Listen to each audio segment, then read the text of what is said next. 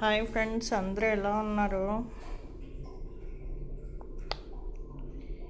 ఎప్పుడైనా అంటే ఒక బంధము మనల్ని బాధ పెడుతుంది అంటే అవతలి వాళ్ళు నిజాయితీగా లేరని అర్థం చేసుకోండి. ఒకసారి చూడండి, 2 సార్లు చూడండి, 3 సార్లు చూడండి, 10 సార్లు చూడండి, 20 సార్లు చూడండి. వాళ్ళు అదే తప్పు చేసి మా తప్పు కాదు, మేము తప్పు చేయలేదు అని అంటున్నారు అనుకోండి. మీ పైన నిందలు వేసి మీకు శాపాలు పెడుతున్నారు అనుకోండి. ఆ బంధం మీకు అవసరం లేదు. అది అక్క కానియొచ్చు, చెల్లెలు కానియొచ్చు, అన్న కానియొచ్చు, అమ్మ కానియొచ్చు.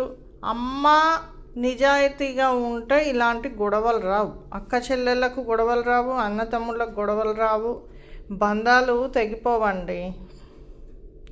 నేను ఈ మధ్యకాలంలో చాలామందిని అలా చూస్తున్నానండి. ఒక చెల్లి అక్కని 20 సంవత్సరాల నుంచి బాధ పెడుతుందంటండి. రీసెంట్గా నేను ఒక పార్టీకి వెళ్తే ఒక నార్త్ ఇండియన్ ఫ్రెండ్ చెప్తుందండి, తన పెళ్ళి అవ్వకముందు నుంచి అక్క చెల్లెల్ని చాలా బాగా చూసుకుంటుందండి. చాలా బాగా చూసుకుంటుంది. పెళ్ళి సంబంధం చూసింది, హెల్ప్ చేసింది, పెళ్ళికి ప్రతీది చూసింది, చేసింది. చెల్లెలు అక్కని అర్థం చేసుకోకుండా నానా మాటలని చాలా శాపాలు పెట్టి చాలా పాపాలు చేసిందండి. కానీ చెల్లెలకే తగులుతాయి, అక్కకేం కాదు కదండి ఆ పాపాలు శాపాలు అన్నీ. కలికాలంలో అంటండి, ఎవరు పెట్టిన శాపాలు వాళ్ళకే తగులుతాయంట. ధర్మంగా ఉండాలి. ధర్మం తప్పితే ఆ శాపం మీకు తగిలినట్టు.